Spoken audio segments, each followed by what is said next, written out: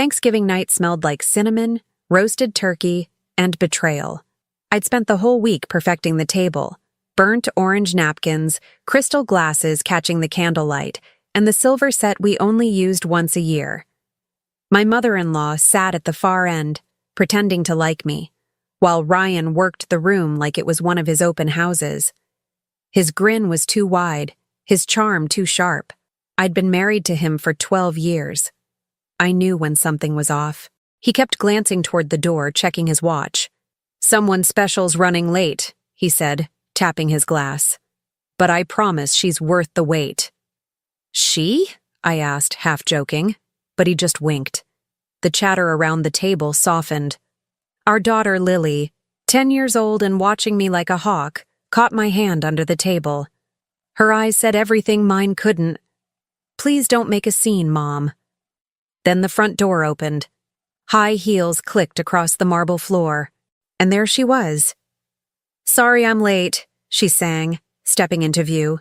Perfect hair, red dress, phone in hand, camera live.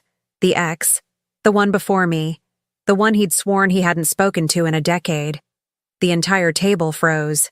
Ryan stood, grinning like a politician. "Everyone, surprise. This is Haley, my ex-fiancé. We thought it'd be fun to reconnect. Old friends, you know." Old friends. My stomach turned.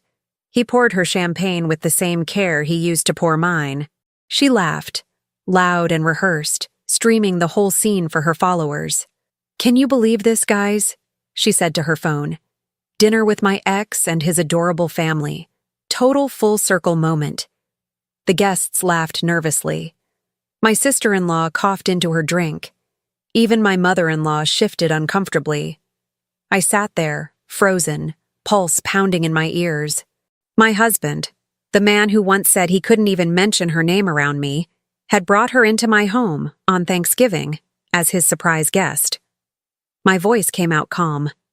"So," I said, smiling, "you're filming this?" Haley grinned, twirling her hair. "Yeah, my followers love wholesome stuff. You two are like goals, you know?" Ryan put his arm around her chair. "See? No hard feelings. We're all adults here." That was the moment something in me snapped. Not loud, not dramatic. Just quiet, clean, final. I rose from my chair, pushing it back slow enough for everyone to feel the tension stretch like wire. "Actually, Haley," I said sweetly, "I saved you a seat. Right here."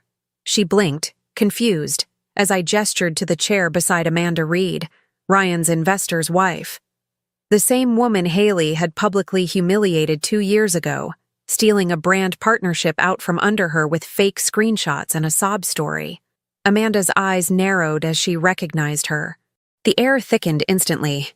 "Oh," Haley stammered. I mean, sit," I said, still smiling. Ryan's grin faltered. Come on." "No, please," I interrupted, calm as glass. "You said it yourself, Ryan. We're all adults." Haley sat, visibly shrinking under Amanda's glare. Phones buzzed silently under the table. Guests texting each other, pretending to sip wine. The tension was electric. Ryan tried to redirect. "Let's toast, yeah?" He raised his glass. "To forgiveness, to friendship." I cut him off. "To honesty," I said, raising mine. "The kind that shows up when you least expect it." His jaw tightened. For a second, I saw it. The panic under the performance. Lily's little hand squeezed mine again. Her voice, barely a whisper. "Can we go home, Mom?" I looked around at the faces, the pity, the curiosity, the discomfort. Everyone witnessing my life implode in real time. And suddenly, I wasn't humiliated. I was awake. "No, sweetheart," I said gently. "We're already home." Then I turned to Ryan. "You've embarrassed yourself enough for one night. Finish your performance." I grabbed my coat from the back of the chair and walked toward the door. Behind me, I heard Haley whisper, "Was that live?" Amanda laughed coldly. "It is now." Ryan's voice followed me. "Emily, don't you walk away from me." But I didn't look back. I walked out into the cool Texas night, heels crunching on the gravel, chest tight but steady.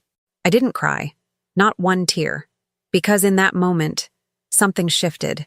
I'd spent years making excuses, smoothing chaos, swallowing anger. But humiliation, it turns out, burns clean. It strips everything false, every illusion, every smile you forced to keep the peace. By the time I reached my car, my hands had stopped shaking. I opened the door, looked at my reflection in the window, mascara intact, expression unreadable, and whispered to myself, "You just gave your last performance, too." Inside, my phone buzzed. Notifications, messages, screenshots. People were already talking. Thanksgiving had gone viral. I drove off without checking. The world could watch him crash. I had work to do.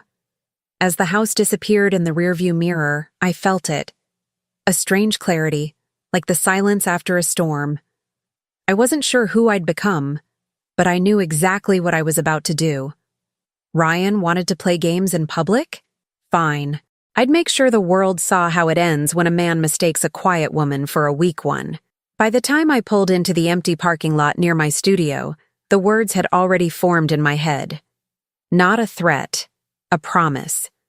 You invited your ex to Thanksgiving, Ryan. But you just invited the end of your career, too.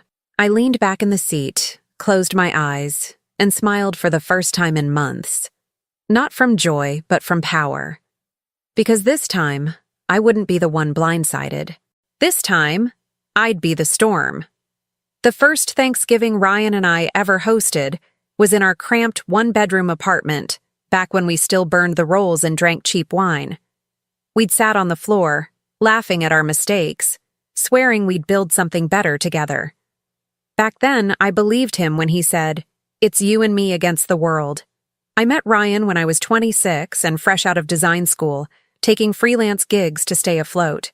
He sold real estate, smooth-talking his way through open houses with that easy confidence people mistake for competence. I was drawn to it, not because I didn't have my own ambition, but because he made me feel like we were unstoppable as a team. When his first big deal fell through, I dipped into the small inheritance my grandmother left me. $10,000 meant for something that makes you happy. I handed it to Ryan and said, "Build your dream." He promised he'd pay it back tenfold. And he did, in a way. Not to me, but to the image of us he built online. By year 5, he was running a boutique real estate firm, all branding and luxury listings. He'd post our date nights, our vacations, the house we bought together. But the captions always started with his success. "Couldn't have done it without my rock," he'd say, tagging me like an accessory. I didn't mind at first. I thought love meant standing behind him. Then came the late nights. The urgent client calls. The new assistant who wore perfume I didn't own. I'd ask gentle questions and he'd smirk. "Don't start, Em. You're being paranoid again." It's the word "again" that kills trust. Not once, but the repetition. He said it enough that I started to believe him. I stopped asking. I focused on Lily, my work, and the illusion that everything was fine. We had money, but it came with strings. Every month he'd remind me that he paid for the lifestyle. The house, the car, the vacations. "Your business is cute," he'd joke. "But let's be honest, babe, it's not what keeps the lights on." What he didn't know was that I'd quietly built something real. My interior design business had started picking up serious clients. By the time I opened my small studio downtown, I was bringing in enough to cover the mortgage twice over. But I never told him that. I let him believe he was the provider. Because power works best when people don't know you have it. The first red flag I ignored was a text I found 2 years ago, on his tablet, from a number saved as Mark Marketing. It said, "I miss you already. You smell like vanilla." I stared at it for a long time before confronting him. He laughed. "You think I'd cheat on you with someone who texts like a teenager?" He turned it into a joke so fast that even I started doubting my own eyes. That was Ryan's gift, bending truth until it snapped and then making you apologize for noticing. Still, I held on.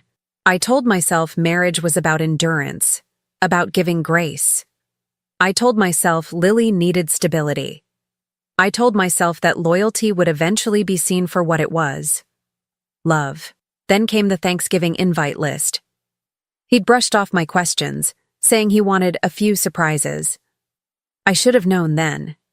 I'd had a gut feeling. The same quiet voice that whispers something's wrong long before the evidence shows up. But you learn to silence it when you've been trained to keep the peace. The morning after the dinner, I sat at my studio surrounded by half-finished design boards, unable to focus. My phone buzzed with messages, some from friends offering pity, others pretending they had no idea. But one text stopped me cold. It was from my assistant, Hannah. She wrote, "Emily, I think you should see this." She sent a screenshot from Haley's live stream replay, a comment thread full of hearts and gossip. Then one line, "Isn't that the wife who financed his business? She's the real reason he got started." Then another, "Girl's been played for years." And finally, the one that sealed it, a tagged post from someone at the dinner. "Ryan Carter just toasted his ex in front of his wife. You can't make this up." I read it again and again until the words blurred. My private humiliation had become public entertainment. And that, somehow, hurt less than the realization underneath it. He'd never feared losing me. Because in his mind, I was already his possession. That night, I called my oldest friend, Tessa. She'd always been blunt, never one for sugarcoating. The second she heard my voice, she didn't ask how I was. She just said, "So, you finally saw it." "Saw what?" I asked, though I already knew. "That he's been cheating. The affair's not new, Em. My cousin works PR for one of his clients. They've been covering rumors for months. Haley's not the first, just the one stupid enough to go public." I went silent. "Don't cry," Tessa said. "You've already done that for him 100 times. It's time to make him cry." I hung up, staring at the wall, letting her words settle. For 12 years, I'd built our life like one of my designs, layered, structured, elegant. And he'd treated it like a rental property he could trash and walk away from. But he underestimated me. I wasn't the girl who needed saving anymore. I was the woman who'd built everything he thought was his, and I could unbuild it just as fast. That night, as Lily slept beside me, I opened my laptop and pulled up our shared accounts. My inheritance, the one I'd invested in him, was gone. But the control? That part was mine to take back. I whispered to myself, "He doesn't know who he married." And for the first time in years, I smiled. Not because I was okay, but because I was finally done pretending I wasn't capable of destroying him quietly. When I sat in my car that night, I didn't have a plan so much as a sequence. Anger poured into a single line of logic. Cut his access, protect my child, make the next moves irreversible. First, I did what felt boring and tactical. I pulled up our bank app and bookmarked everything.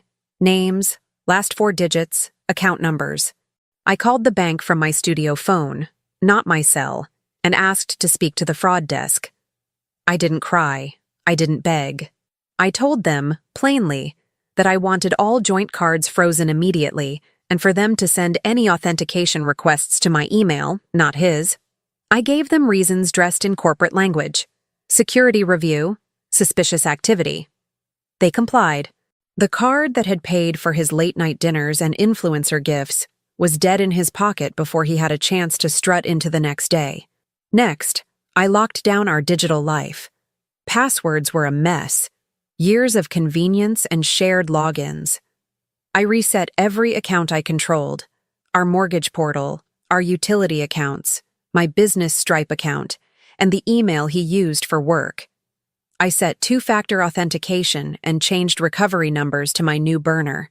Lily's tablet got a new parental lock. If he wanted to sell our lives, he could try, but he wouldn't be able to touch sentimental backups or my business records. Then I made calls. My lawyer, Claire, someone I'd once designed an office for, picked up on the third ring. I didn't dramatize anything. I told her I needed representation, paperwork prepped, and a temporary consult. I want custody and an emergency freeze on joint credit access, I said. Claire's tone shifted, professional and sharp. She asked me about evidence. I sent screenshots, timestamps, the live stream replay Haley took. She told me to preserve everything: recordings, receipts, messages. She said she could file motion papers within 48 hours if needed. I called Hannah, my assistant, and handed out orders with the briskness of someone running a small company. Pull invoices for every renovation we've done this year, export client deposits, and get me copies of contracts signed under my name. She was on it before I finished the sentence. I set up a spare account in my business's LLC name and wired the last of the studio's revenue there. If he thought he could claim my work as part of our lifestyle, he'd be painfully wrong. The part people imagine as glamorous, the revenge checklist, the dramatic exposés, starts with small legal motions and ends with people who have names and numbers. I called an accountant I trusted and asked for an audit of our joint finances. He found what I'd suspected. Most of the big investment moves carried Ryan's signature. The steady cash flow from my clients sat neatly under my business's tax ID. That meant there was clean leverage. If this turned ugly, the numbers would tell the truth. I also used one of Ryan's weaknesses: image. He'd built his life on reputation. So I quietly drafted an email, precise, short, factual, and sent it to 3 people: Amanda Reed, the investor, a longtime client of his firm, and a partner at his brokerage. The subject line was nothing theatrical: request for urgent account review. The body attached a single PDF, a screenshot, time-stamped, of his exchange with Haley. No commentary, just the evidence. Then I called a broker contact, someone from a house staging job I'd done who owed me a favor. List it, I said. My half only. Pre-market, discreet showing. I want it live by tomorrow morning. He hesitated. Property protocol is slow. I reminded him who paid for his office makeover. He had a realtor's greed and a working line of loyalty. He agreed. By nightfall, there was a lockbox set up, photos scheduled, a professional write-up ready to go. The house that had been our monument to us would soon be an asset on the market with my name attached to it. Before dawn, I packed a single duffel: clothes for Lily and me, documents in a waterproof folder, a thumb drive with backups, and a set of keys to my downtown studio. I moved like someone who had practiced efficiency for years, into boxes, into trunks, into a plan sewn tight. I left nothing that could be used to make me appear unprepared or unstable. If he wanted a breakdown, he would have to watch it unfold. When the sun rose, he was still in his staged comfort, smiling for calls, thinking his brand untouchable. He didn't notice the alerts at first: the bank's card-declined messages, the automated email about a pending account review, the realtor's tentative note about a withdrawn listing inquiry. Then came the first real crack. Client inboxes pinged him, courtesy of my quiet email to Amanda and her partners. A terse reply landed in his inbox: we need to verify certain transactions. Please provide documentation by end of day. Panic changes a man's voice. He called me, frantic and loud, the tone so unlike the calm actor who'd toasted Haley the night before. Emily, what did you do? He barked into the phone, more confused than angry. I sat in my studio, Lily's backpack by my side, Claire's number on speed dial, and Hannah's list open on my laptop. My voice was cool. I did what I should have done years ago, I said.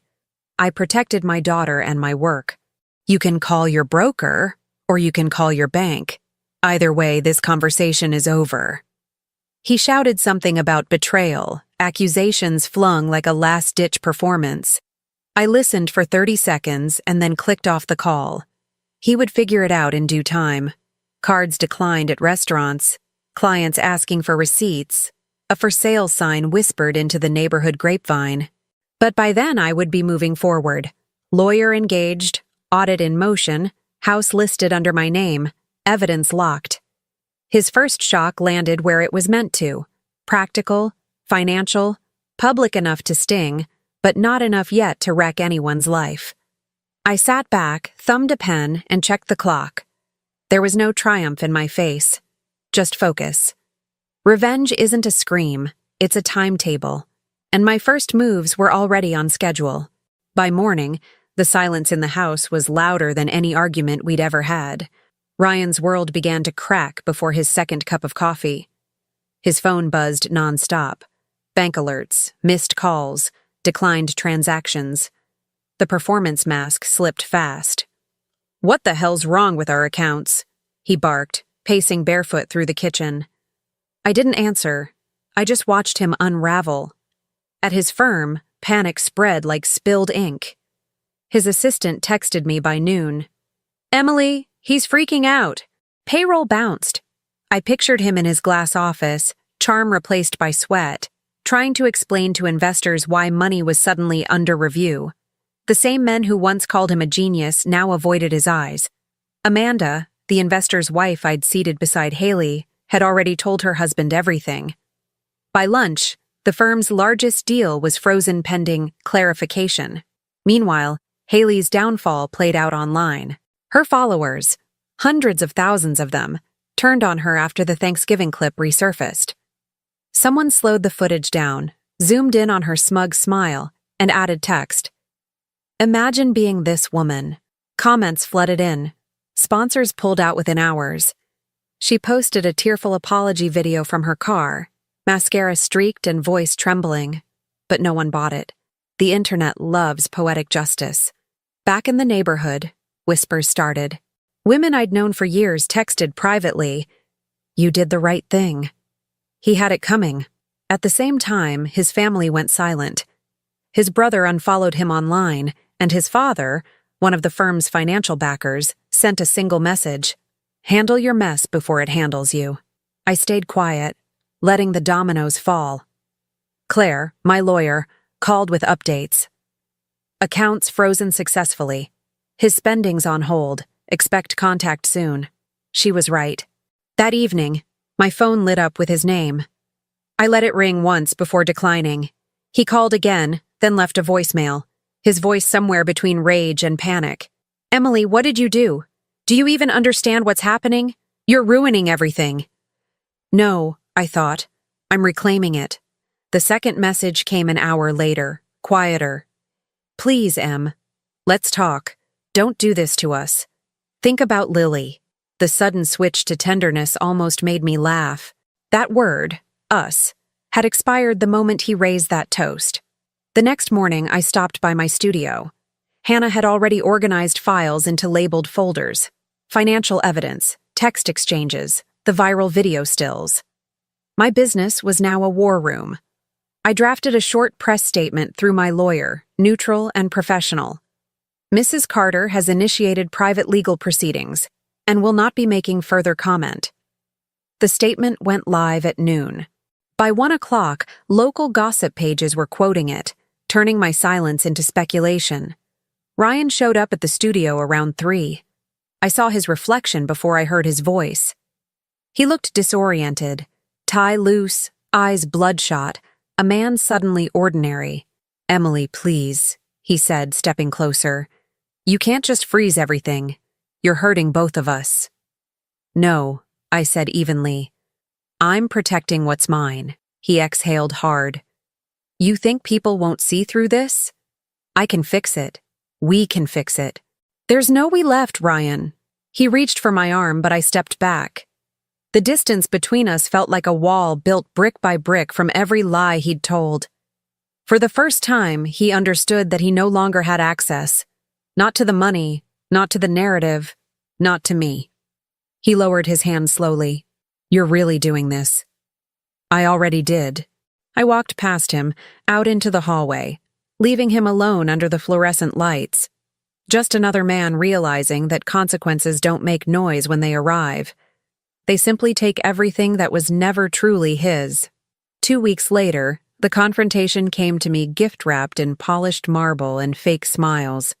Ryan was scheduled to speak at the Austin Real Estate Awards, a charity gala he'd organized back when people still took his calls.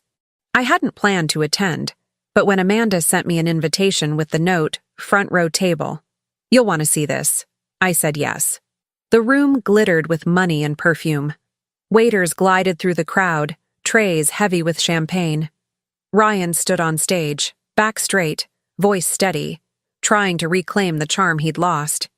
The screens behind him showed slides of community trust and integrity-driven growth, words that tasted like dust coming from his mouth. When he spotted me in the crowd, he faltered just slightly, one beat of silence too long. I smiled politely and lifted my glass. He pretended not to notice. His speech rolled on until Amanda interrupted from her table. "Before you go on, Ryan," she said, voice calm but sharp enough to slice the air, "could you clarify what you meant by trust?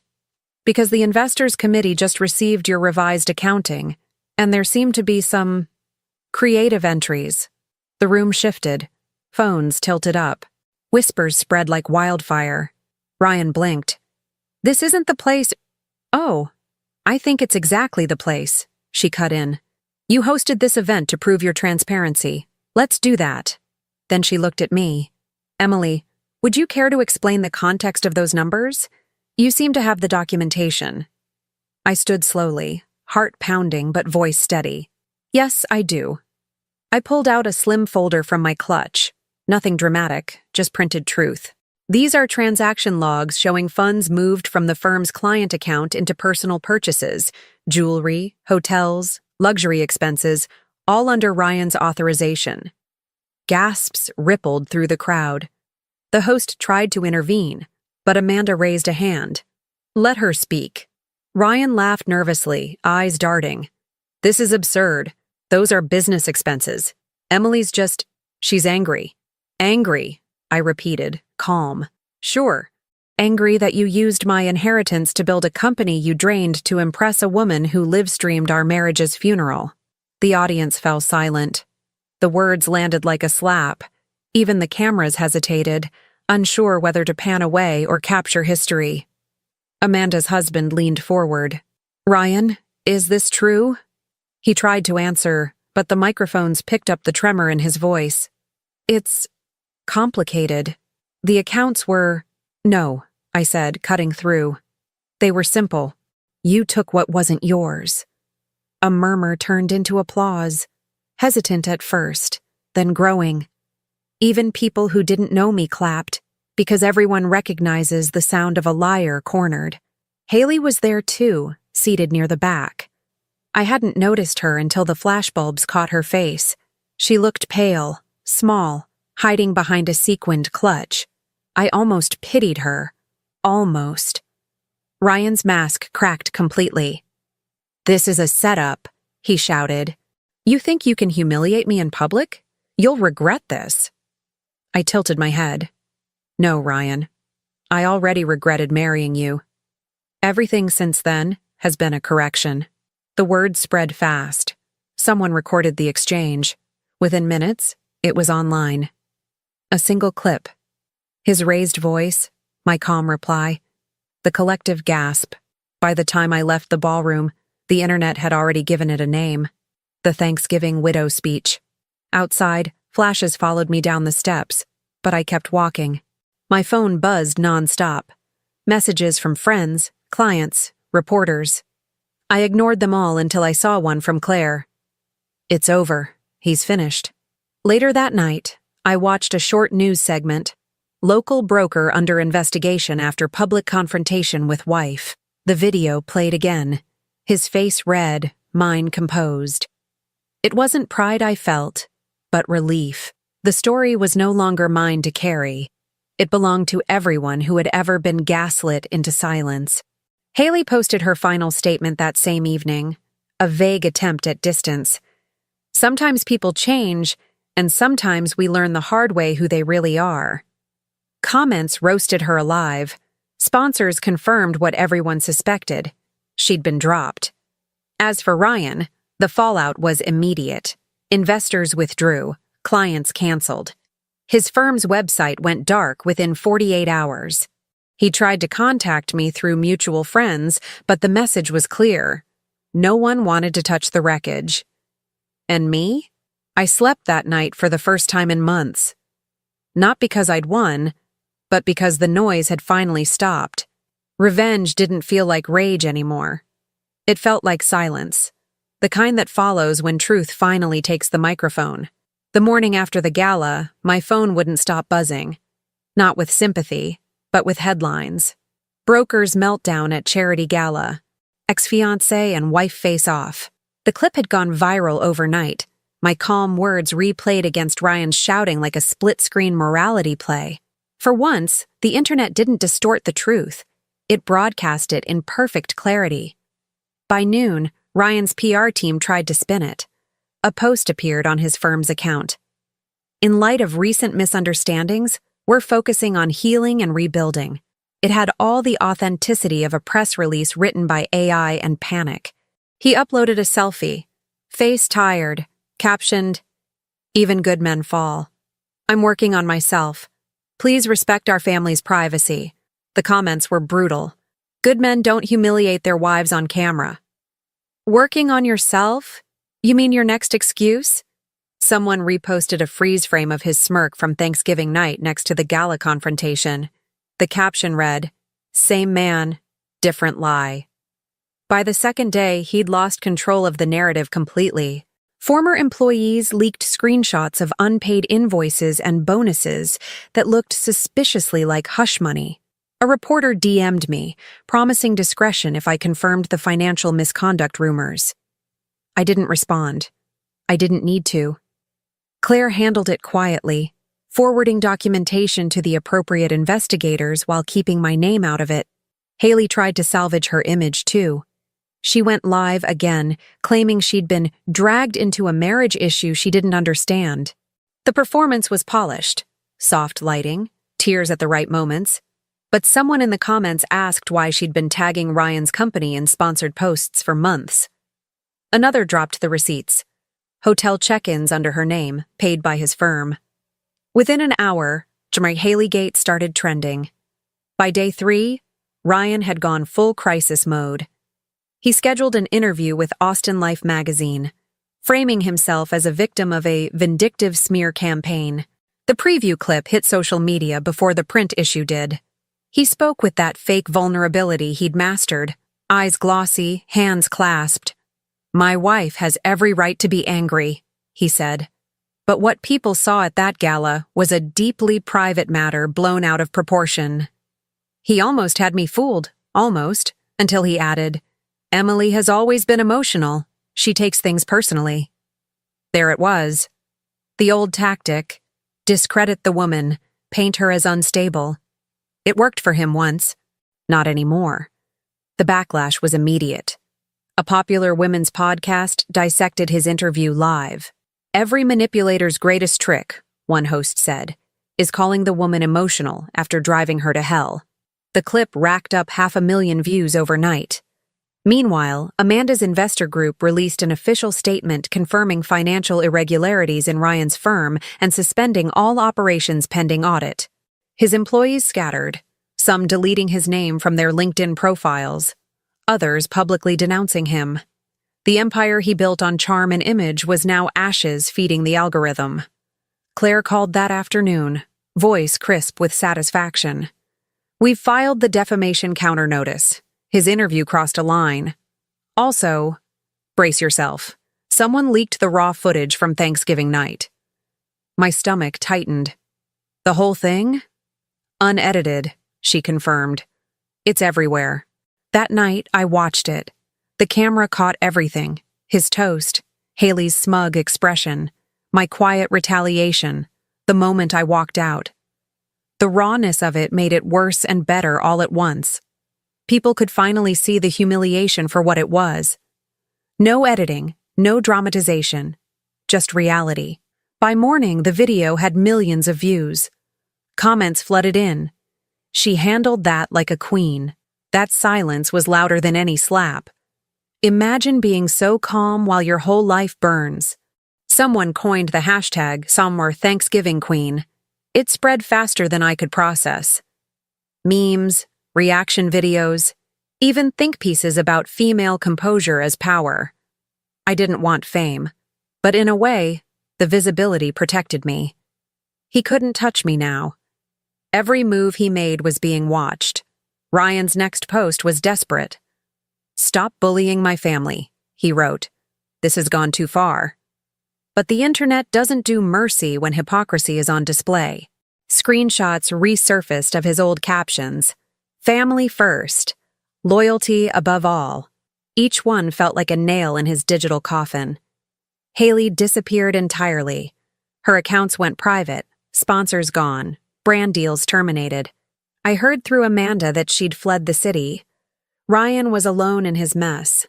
No investors, no lover, no audience left to applaud his redemption arc. And yet, part of me didn't feel victorious. Watching him crumble was satisfying, yes. But it also reminded me of how fragile perception is. For years, I'd lived inside his version of the truth. One he controlled with charm and control. Now the world finally saw the rot beneath the gloss. That weekend, a journalist from the Texas Tribune called. "We're doing a feature on women reclaiming their narratives in public scandals," she said. "Would you speak on record?" I paused. "No," I said finally. "I've already spoken, once in a room full of people who didn't expect me to." After hanging up, I stood at my studio window, watching the sun set over the city skyline. Somewhere out there, Ryan was probably refreshing his mentions, drowning in the noise he once weaponized. For the first time in a long time, I didn't feel small. I didn't feel broken. I felt seen. Not by the public, not by headlines, but by myself. Revenge wasn't the viral moment. It wasn't the applause or the downfall. It was this silence, the kind that follows when every lie has already spoken for itself. The PR storm hadn't even settled before the lawyers moved in. Within a week, Ryan's name was stripped from the firm's signage, and a court summons arrived at his temporary apartment. Claire's voice on the phone was almost clinical. "The audit confirmed misappropriation. The financial misconduct is provable. We'll leverage that in the divorce." What she meant was, he was finished. Our hearing took place in a downtown courthouse on a rainy Friday morning. Ryan showed up wearing humility like a costume. Gray suit, no tie, eyes hollow. The man who once strutted through lobbies now waited in silence while his attorney flipped through documents he barely understood. Across from him, I sat beside Claire, calm, collected. Lily's photo tucked inside my folder like a compass. When the judge entered, the room felt heavy. Claire began with precision, every fact sharp enough to cut. "Your Honor, my client contributed her inheritance to launch her husband's company, which he later used for personal luxury and to conceal an extramarital relationship. We are not seeking vengeance. We are seeking restoration." Ryan tried interrupting once, claiming the money was a gift. Claire didn't flinch. A gift does not require falsified accounting, nor does it appear in offshore transfers.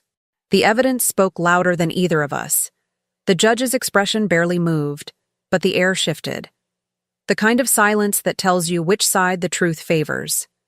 2 hours later, I walked out with primary custody of Lily, temporary control of all joint assets, and an injunction preventing him from liquidating anything without court approval. Ryan's attorney looked pale. Ryan looked deflated. Not angry, just broken in a way I didn't expect. The financial collapse followed swiftly. His brokerage license was suspended pending investigation. The firm he built dissolved within days, investors pulling out faster than he could send apologies. The apartment he'd rented downtown was repossessed when his security deposit bounced. Even his car, the white Mercedes he loved more than most people, was seized after he missed 2 payments. Claire handled the dismantling with surgical efficiency. "He'll try to stall," she warned, "but we have everything. Let him choke on his arrogance." Meanwhile, the court ordered a full forensic audit. It revealed that Ryan had siphoned funds into accounts linked to Haley's influencer business. Money used to buy her wardrobe, camera gear, even the engagement ring he'd secretly promised her. The revelation hit the news cycle within 24 hours, and the public, already bloodthirsty, turned savage. Headlines read, "Disgraced realtor funded mistress's lifestyle with client money." Haley vanished completely after that. Her PR rep quit. Sponsors blacklisted her name. Word spread she'd left Texas for Los Angeles, trying to rebrand under an alias. But the internet never forgets. The moment she posted again, commenters flooded in. Still living off other people's money? Ryan's father made his final move then. He visited my lawyer's office, not mine, and quietly signed a statement withdrawing financial backing from his son's ventures. "I can't protect him anymore," he said. He brought this on himself. For a man who'd once defended Ryan to my face, it was the truest act of justice. Ryan's brother stopped replying to his calls altogether. Their family group chat, once filled with forced holiday plans, fell silent. The Carters became a ghost family, scattered by shame and self-preservation. Through it all, Lily stayed grounded. I kept her out of the headlines, out of the courtroom, out of the noise. She asked me once, "Is Daddy mad at you?" I told her the truth. He's mad at himself. He just doesn't know it yet. Claire finalized the divorce papers in under 6 weeks, record time. I signed the last document on a quiet Monday morning. The settlement granted me the house, full custody, and half his remaining assets, which by then weren't much. The judge's note at the bottom read, "The court recognizes the respondent's breach of fiduciary trust." It was legal language, but to me, it translated simply, he finally paid for what he took. Afterward, I stopped by the old house one last time before putting it up for sale. The rooms smelled of dust and lost arrogance. His framed awards lay shattered on the office floor, the walls stripped bare. I walked through slowly, touching the door frames, remembering the woman who once believed this house was security. She'd been wrong. Security isn't bricks and contracts. It's the freedom to walk away. Outside, reporters still lingered, waiting for a soundbite. One shouted, "Emily, do you have any comment on your husband's bankruptcy?" I turned, calm as ever, and said, "He's not my husband." Then I got in my car and drove away. That night, Claire called to tell me the bankruptcy had been filed. Ryan was officially insolvent, assets frozen, reputation destroyed, future uncertain. He'd gone from luxury listings to couch surfing at a friend's apartment. I thanked her, hung up, and stood by my window watching the rain. It wasn't joy I felt. It was closure, the quiet kind that doesn't announce itself, only settles into your bones like peace. Ryan had built his empire on deceit. I dismantled it with truth. And in the end, the truth didn't shout. It simply outlasted him. The final confrontation didn't happen in a courtroom or under flashing lights. It happened in silence, the kind that follows after everything collapses. It was late February when Ryan showed up at the old house for the last time. I was there with a realtor, finalizing the sale. The gate creaked open, and he appeared, thinner, his suit wrinkled, his confidence gone. He wasn't the man who'd once toasted his ex in front of a crowd. He looked like someone searching for the pieces of a self he'd burned down. "Emily," he said quietly, "can we talk?" The realtor excused herself immediately, sensing the tension in the air. I stood in the empty living room, sunlight cutting through dusty blinds, watching him approach. "You have 5 minutes," I said. He looked around, at the walls, the floor, the faint outlines where our photos used to hang. "I can't believe it's gone," he murmured. "Everything we built." "You didn't build it," I replied. "You rented it from my patients." He winced. "You really hate me that much?" "I don't hate you," I said. "Hate would mean you still mattered." He exhaled, rubbing his face. "I messed up, I know that. But I've lost everything, Emily. The business, my reputation, my family. I don't know how to start over." "That's not my problem," I said flatly. "You made choices. You didn't trip and fall into betrayal. You walked there." His eyes glistened with the kind of regret that always comes too late. "You have no idea how many nights I've stayed awake replaying everything. I just wanted to make something of myself. By tearing down the one person who helped you build it," I interrupted. "You didn't want success, Ryan. You wanted applause. And when you ran out of audiences, you tried to make me your stage." He took a shaky step closer. "Please," he said, voice cracking. "Don't do this. We can start over. I'm different now. I see what I lost. I almost laughed. You don't see me, Ryan. You see a woman who stopped letting you control her story. And that terrifies you more than losing everything else. He opened his mouth, then stopped. The silence stretched long and heavy between us.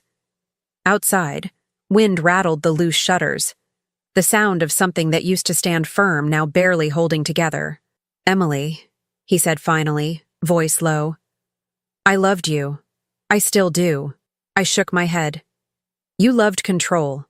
You loved convenience. And you loved how I made you look. That's not love. That's marketing. He dropped his gaze to the floor. I don't know who I am anymore. That's the first honest thing you've said in years, I replied. He swallowed hard, glancing at the front door. So that's it? After everything? You just walk away? I already did, I said softly. The day you invited her to my table, you ended this. I'm just closing the door you left open. He stared at me, searching for something. Maybe the old softness, maybe forgiveness. But all he found was composure. The kind that comes when pain finally stops needing to explain itself.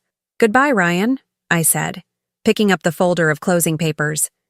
He took a step forward. Can I see Lily? She'll decide when she's ready, I said. But if you want her to remember you kindly, don't show up until you've learned to mean your apologies. He nodded slowly, defeated, and turned toward the door. His voice trembled as he said, You were always stronger than me. I looked at him one last time. No, I said. I just stopped pretending weakness was love.